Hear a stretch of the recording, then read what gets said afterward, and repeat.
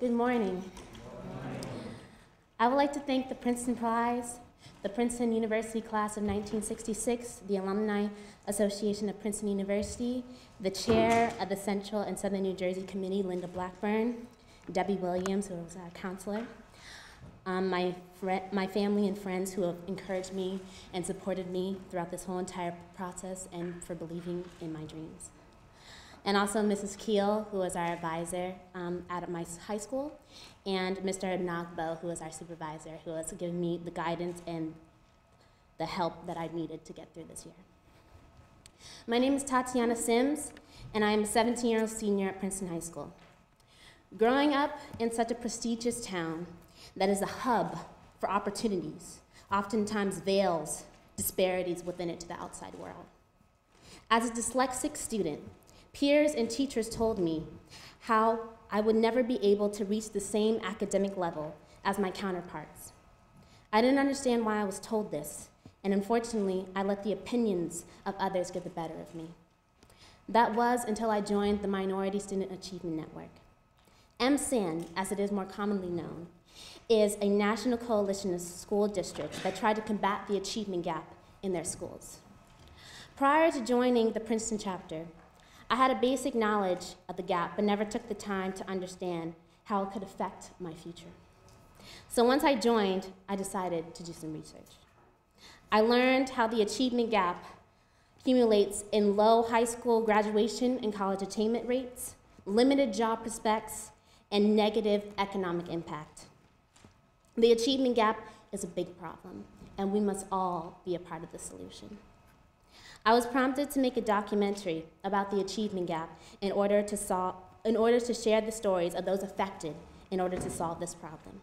The Quest, Equalizing Achievement, debuted at the Minority Student Achievement Network's National Student Conference in Michigan in October of 2014. I used my documentary as a tool to open dialogue and start the conversation about the achievement gap.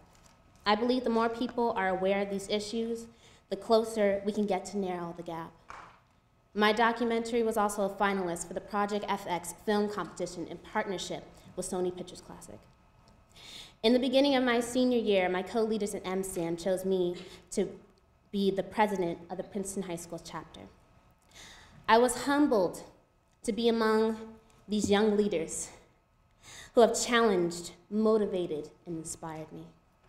We all share the same belief that the work does not stop here. I, as long as all of you, will not stop working towards equality.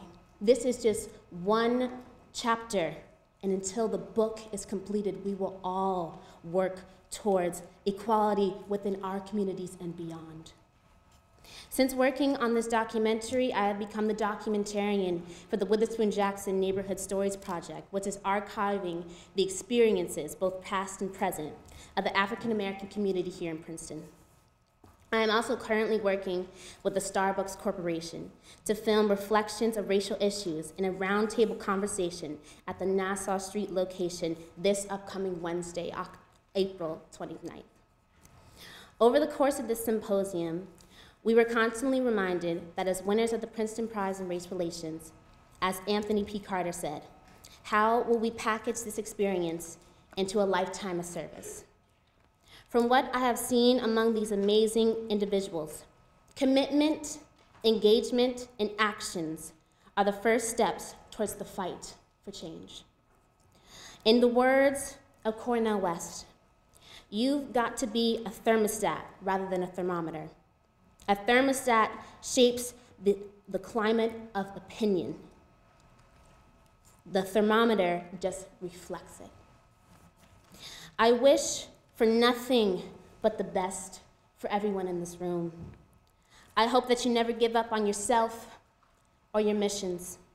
I know sometimes the journey will seem too hard or have too many obstacles in the way, but nothing in this life worth having is easy. Narrowing the achievement gap is not easy, but working relentlessly towards equalizing the playing field is absolutely worth it. Thank you.